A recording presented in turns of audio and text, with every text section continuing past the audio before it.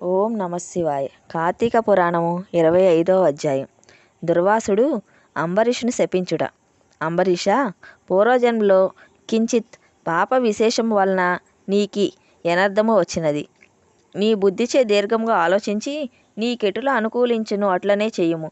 ఇక మాకు సెలవిప్పించుము అని పండితులు పలికిరి. అంత అంబరీషుడు, ఓ పండితోత్తమలారా, నా నిశ్చితాభిప్రాయమును ఆలకించి విడల్డు.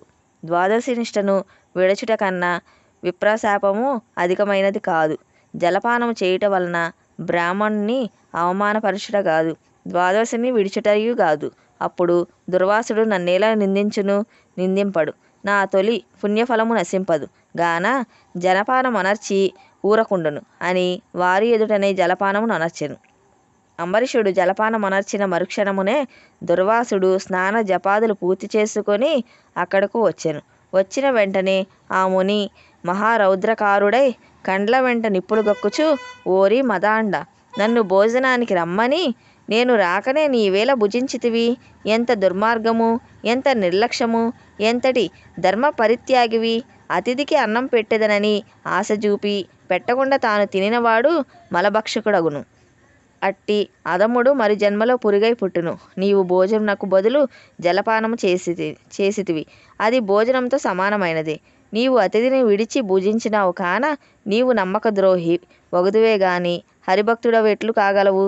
శ్రీహరి బ్రాహ్మణ మానవుని సహింపడు. బ్రాహ్మణ అవమానమును సహింపడు. మమ్మే అవమానించుట ఎనినా శ్రీహరిని అవమానించుడయ్యే. నీ వంటి హరి నిందాపరుడు మరి ఒకడు లేడు. నీవు మహాభక్తుడనని అతి గర్వము కలవాడవై ఉన్నావు.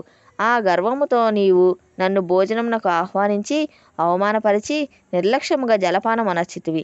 అంబరీష, నీ వెట్లు పవిత్ర రాజకుటుంబంలో పుట్టినావురా, నీ వంశము కలంకము కాలేదా అని కోపంతో నోటికి వచ్చినట్టు తిట్టెను. అంబరీషుడు ముని కోపంనకు గడగడ వణుకుచు ముకులిత హస్తములతో, మహానుభావ, నేను ధర్మహీనుడను. నా అజ్ఞానముచే నేను ఈ కార్యము చేసితిని. నన్ను రక్షింపుడు. బ్రాహ్మణులకు శాంతియే ప్రధానము. మీరు తపోధనులు, దయాదాక్షిణ్యములు గలవారు కాన నన్ను కాపాడుడని అతని పాదములపై పడెను. దయాశూన్యుడైన దుర్వాసుడు అంబరీషుని తలను తన ఎడమకాలితో తన్ని దోషికి శాపమియ్యకుండా ఉండరాదు. నీవు మొదటి జన్మలో చేపగాను, రెండో జన్మలో తాబేలుగాను, మూడవ జన్మలో పందిగాను, నాలుగో జన్మలో సింహముగాను, ఐదవ జన్మలో వామడుగాను, ఆరవ జన్మలో క్రూరుడవగు బ్రాహ్మణుడవుగాను, ఏడవ జన్మలో మూఢుడైన రాజుగాను, ఎనిమిదవ జన్మలో రాజ్యము గాని సింహాసనము గాని లేనట్టి రాజుగాను, తొమ్మిదవ జన్మలో పాషాండ మతస్థునిగాను, 10వ జన్మలో పాపబుద్ధి గల దయలేని బ్రాహ్మణుడవుగాను పుట్టెదుగాక అని వెనుక ముందులాలోచించక శపించెను.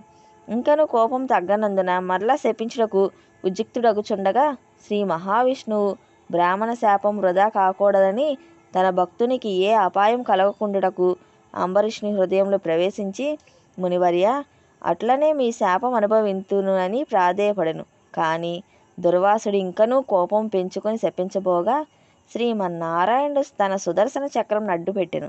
ఆ సుదర్శనము కోటి సూర్యప్రభలతో అగ్నిజ్వాలలు కక్కుచు దుర్వాసునిపై పడబోయెను. అంత దుర్వాసుడు ఆ చక్రము తనను మసి చేయునని తలంచి ప్రాణంపై ఆశ కలిగి అచ్చటి నుండి బ్రతుకు జీవుడాయని పరిగెడెను. మహా తేజస్సుతో చక్రాయుధము దుర్వాసుని తరుముచుండెను.